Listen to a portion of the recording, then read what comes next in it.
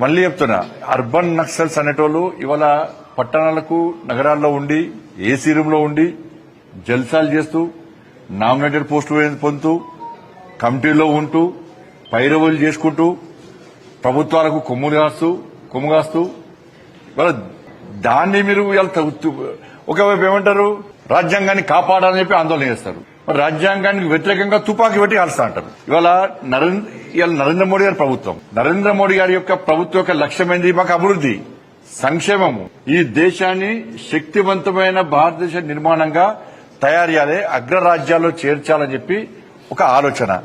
అందుకే ఇవాళ America, China, Russia, Japan సరసన చేరినటువంటి దేశం భారతదేశం. ఆర్థిక ప్రగతిలో 4వ స్థానానికి చేసినటువంటి గొప్ప వ్యక్తి నరేంద్ర మోడీ గారి యొక్క ప్రభుత్వం. నరేంద్ర మోడీ గారు మా లక్ష్యమైంది 2047 మా టార్గెట్. 2047లో అభివృద్ధి చెందినటువంటి భారతదేశంగా అగ్రరాజ్యంగా మార్చాలి అని చెప్పి మా లక్ష్యము. 2047 అగ్రరాజ్యంగా మార్చాలి, అభివృద్ధి చెందిన దేశంగా మార్చాలని చెప్పి వికసిత్ భారత్ లక్ష్యంగా మేము ముందు పోతాం. మీ లక్ష్యం ఏం చెప్పండి? మీ లక్ష్యం ఏంది? తుపాకులు పెట్టి కాల్చి చంపడం.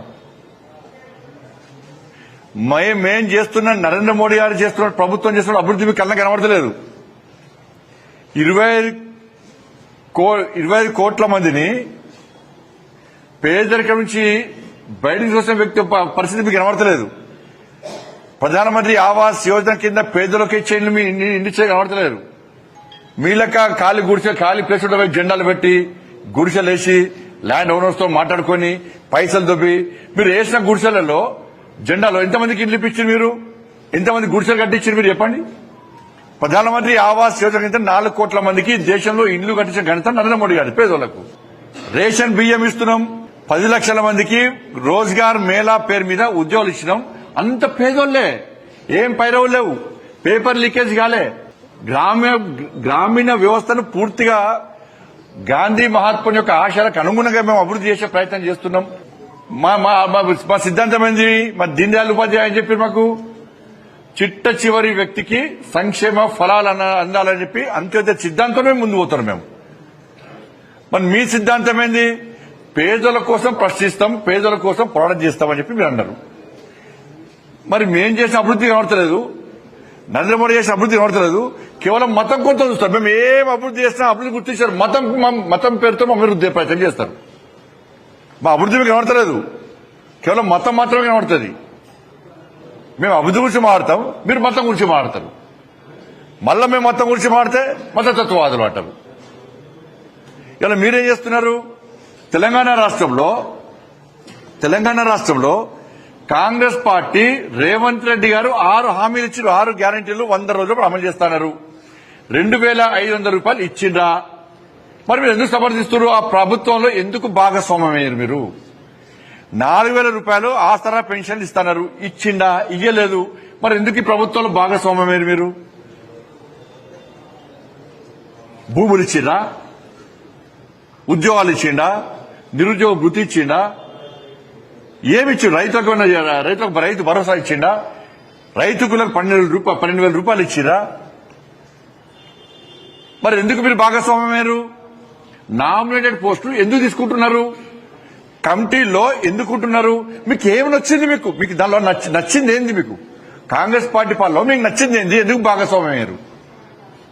మీరు భాగస్వామ్యం అవుతారు, జల్సాలు చేస్తారు, పట్టణాల్లో కుటుంబ సభ్యులతో ఉంటారు, పైరవులు చేస్తారు, పోస్టు పొందుతారు. కానీ జంగల్లో వాళ్ళకి కనీసం తుపాకీ పట్టుకుంటే ఆనందం ఉండదు, ఎప్పుడు టెన్షన్ లైఫ్ ఇవ్వాలి, తిండి ఉండదు, వాళ్ళకు కుటుంబానికి దూరమయ్యారు. బతుకుతామా చస్తామా అని చెప్పి తెలియని దౌర్భాగ్య పరిస్థితి, ఆందోళనకర పరిస్థితి. ఇవాళ జంగల్లో తుపాకీ పట్టేటువంటి మావోయిస్టులది. ఇప్పుడు పట్టేదెవరు? పేద ప్రజలు, మైనర్ అమ్మాయిలు, అభం శుభం తెలియని అమ్మాయిలకు మీ మాటల ద్వారా రెచ్చగొట్టి, అర్బన్ లో ఉండి రెచ్చగొట్టి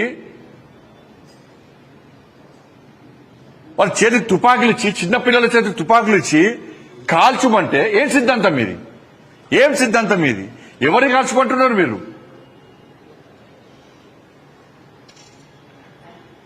మేము ఇవన్నీ ఇలా మీరు ఇక్కడ రెచ్చగొడతారు. పోనీ 10 రోజులు తుపాకీ పట్టుకొని జంగాల్లో తిరిగితే ఈ అర్బన్ నక్సల్స్ తెస్తుంది.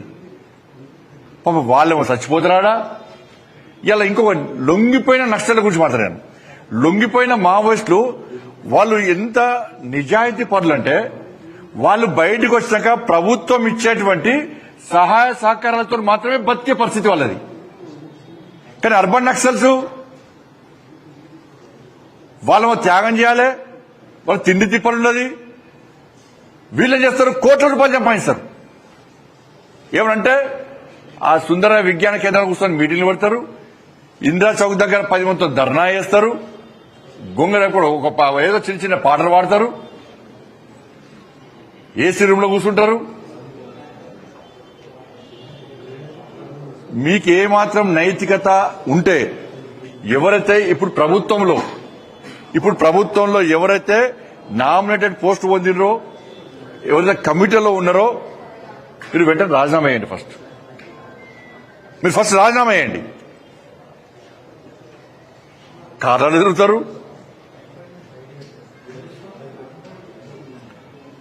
ఇలా మా లక్ష్యాన్ని మీరు కాదంటారా? 2047 లక్ష్యంగా, వికసిత్ భారత్ లక్ష్యంగా మేము ముందు పోతున్నాం. మీరు దాన్ని సమర్థిస్తారా, వ్యతిరేకిస్తారా?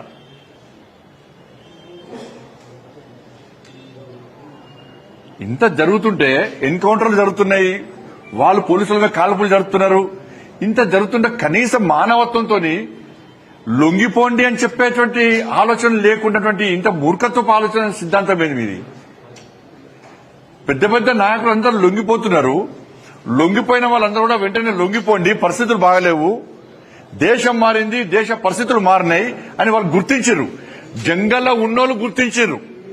మోడీ గారు చేసే అభివృద్ధిని జంగల్లో ఉన్నోళ్ళు గుర్తించి కానీ ఈ అర్బన్ లో ఉన్నటువంటి అర్బన్ నక్సల్స్ మాత్రం గుర్తిస్తలేరు. ఆయన ఒక పెద్ద మనిషి అన్నాడు, పేరు గుర్తిస్తలేదు, కమ్యూనిస్ట్ నాయకుడు, 60 సంవత్సరాల తర్వాత ఈ కమ్యూనిస్ట్ సిద్ధాంతము మనుషులకి మనకి మానసిక రోగం ఉన్నట్టేనట. అదొక మానసిక రోగం అన్నాడట. అదే గుర్తొస్తుంది ఇవాళ. మీరు నన్ను తిట్టడం కాదు, నాకు కౌంటర్ చేయడం కాదు, నా మీద రౌండ్ టేబుల్ సమావేశం పెట్టడం కాదు. ఇప్పటికైనా మీరు ఆలోచించండి, ఆత్మ విమర్శ చేసుకోండి.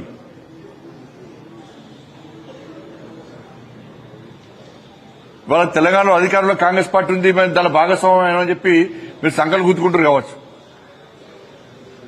కానీ ఇవాళ తెలంగాణ రాష్ట్రంలో ప్రజలు వాస్తవాలు వచ్చారు. ఎస్, భారతీయ జనతా పార్టీ చెప్పింది కరెక్టే, అమిత్ షా గారు తీసుకున్న చర్యలు కరెక్టే, దేశం మారింది, దేశ పరిస్థితులు మారినాయి, దేశం అభివృద్ధి చెందుతుంది, అభివృద్ధి ఇంకా చెందడానికి ముందుకొస్తున్నారు, ఒక లక్ష్యాన్ని ఎంచుకున్నారు, వాళ్ళ లక్ష్యం ఇది అని చెప్పి జంగల్లో ఉన్న వాళ్ళు గుర్తించినట్టే అర్బన్ నక్సల్స్ కూడా గుర్తించాల్సిందిగా నేను వాళ్ళకి అప్పీల్ చేస్తాను.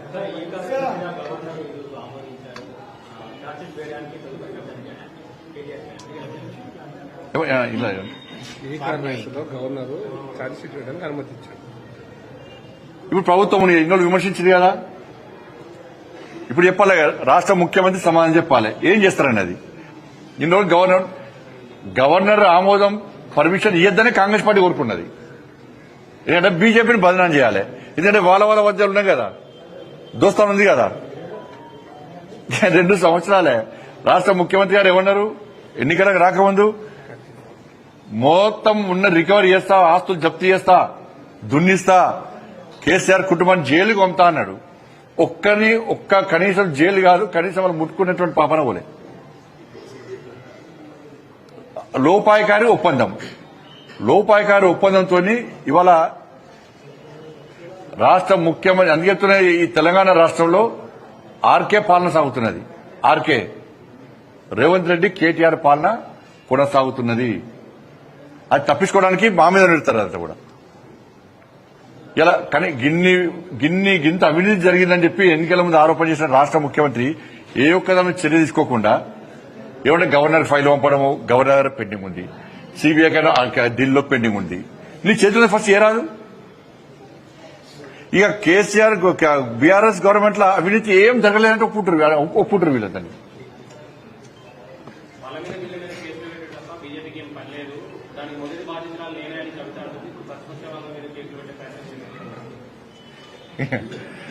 నువ్వు క్వశ్చన్ అడుగుంటేనే నవ్వుతున్నావు అన్న, దాన్ని నవ్వుకున్నా, నాకు నవ్వు నవ్వొస్తున్నది.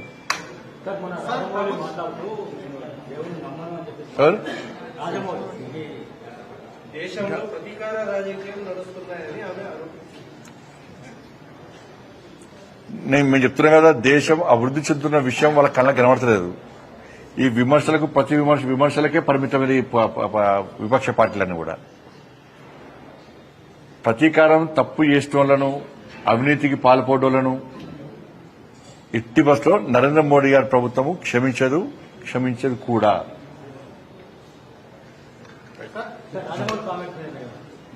ఎవరు ఆలోచన అది?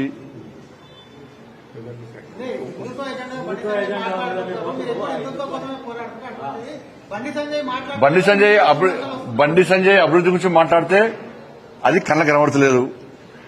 నేను నిన్న మొత్తం అభివృద్ధి గురించే మాట్లాడినా. కానీ మీడియా కానీ సోషల్ మీడియాలో ఏమి ఇచ్చారు, మళ్ళీ హిందుత్వం ఇస్తారు. ఇక మీడియాకి కావాల్సింది సంచలనం. కానీ నేను మాట్లాడే అభివృద్ధి గురించి ఇవాళ అప్పుడు అర్బన్ నక్సల్స్ లెక్కనే అయిపోయింది పరిస్థితి. మేము అభివృద్ధి గురించి వాళ్ళకి కనబడుతుంది, వాళ్ళకు కూడా మొత్తం కనబడుతుంది.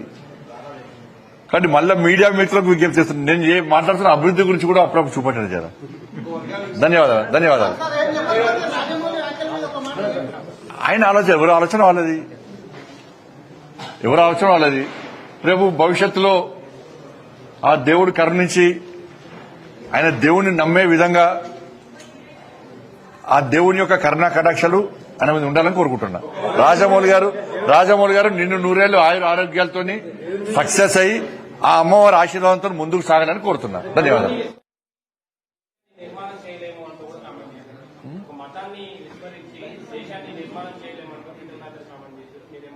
మతాన్ని ఏ మతాన్ని విస్మరించద్దు. మతాన్ని విస్మరించడం ఏమంటున్నాం? భారతీయ జనతా పార్టీ ఏ మతానికి వ్యతిరేకం కాదు. అన్ని మతాలను సమానంగా చూడమనే పార్టీ భారతీయ జనతా పార్టీ. సబ్కా సాథ్, సబ్కా వికాస్, సబ్కా విశ్వాస్, సబ్కా ప్రయాస్. మేము నేషనల్ హైవేస్ ఇస్తున్నాం. దానిలో హిందువులకు ఇస్తున్నాం. ఆ నేషనల్ హైవేస్ అన్ని మతాలు అవుతున్నాయి. ప్రధానమంత్రి ఆవాస్ యోజన ఇండ్లు ఇస్తున్నాం, ఓన్లీ హిందువులకని ఇస్తున్నాం. నరేంద్ర మోడీ గారు అన్ని మతాలకు ఇస్తున్నాం. మేము బియ్యం ఇస్తున్నాం, రేషన్ బియ్యం ఇస్తున్నాం, అన్ని మతాలకు ఇస్తున్నాం. రైల్వే నిర్మాణం నిలబడుతున్నాం, ఒక హిందువులకు ఇస్తున్నాం. అందరూ పోతున్నారు. టాయిలెట్స్ ఇస్తున్నాం, అన్ని మతాలకు ఇస్తున్నాం. ఏదైనా కూడా అన్ని మతాలను కలుపుకొని ముందు పోయేటువంటి ప్రయత్నమే భారతీయ జనతా పార్టీది. కానీ అన్ని రాజకీయ పార్టీలు కూడా ఇదే ధోరణితో ఆలోచించాలని మాత్రం చెప్తున్నాం. ఒక మతాన్ని కొమ్ముగాసే ప్రయత్నం చేయకండి, విభజించి పాలించు అనేటువంటి ప్రయత్నం చేయకండి అని చెప్పి మేమంటున్నాం.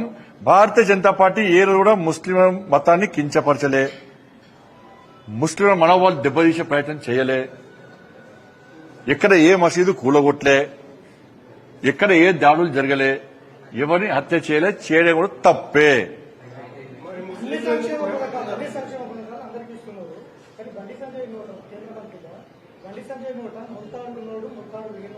అరే నా కల్చర్ గురించి కూడా తప్పయ్యా, నాకు అది కూడా తప్పేనా? నా కల్చర్ గురించి ఎప్పుడు కూడా తప్పేనా?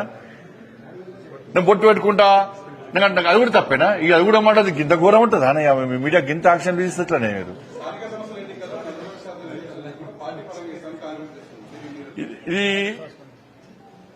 నువ్వు పార్టీ నుంచి చూడ మేము ఆలోచిస్తున్నాం. మరి మాకోటేయాలి ప్రజలు మాకోటేయాలి.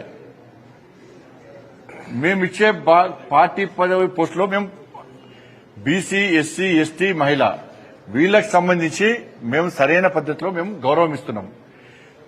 మీరు 42% రిజర్వేషన్స్ ఇస్తా అని చెప్పి ఎందుకు ఇవ్వలేకపోతున్నారు? కోర్టు ఆపిందా, గవర్నర్ గారు ఆపినరా, రాష్ట్రపతి గారు ఆపిరా? అది కాదు కారణం. ఇచ్చినకనే పెట్టిన ఎలక్షన్స్, ఇప్పుడు ఏం చేస్తారు? గెలవని కాడిస్తారు, బీసీలకు ఇస్తామంటారు. రాష్ట్ర ప్రభుత్వానికి మీకు ఇంటెలిజెన్స్ ఉంది, ఓ సర్వే సర్వే చేసి ఎక్కడెక్కడ గెలుస్తుందో మీకు తెలుస్తుంది. దాని ప్రకారం ఇక్కడ గెలుస్తుంది, ఇక్కడ బీసీలకు ఇస్తున్నాం అని చెప్పండి. మరి ఇక్కడ ఎస్సీలకు ఇస్తున్నాం, ఇక్కడ ఎస్టీలకు ఇస్తున్నాం చెప్పండి. మరి అది. ధన్యవాదాలు సార్.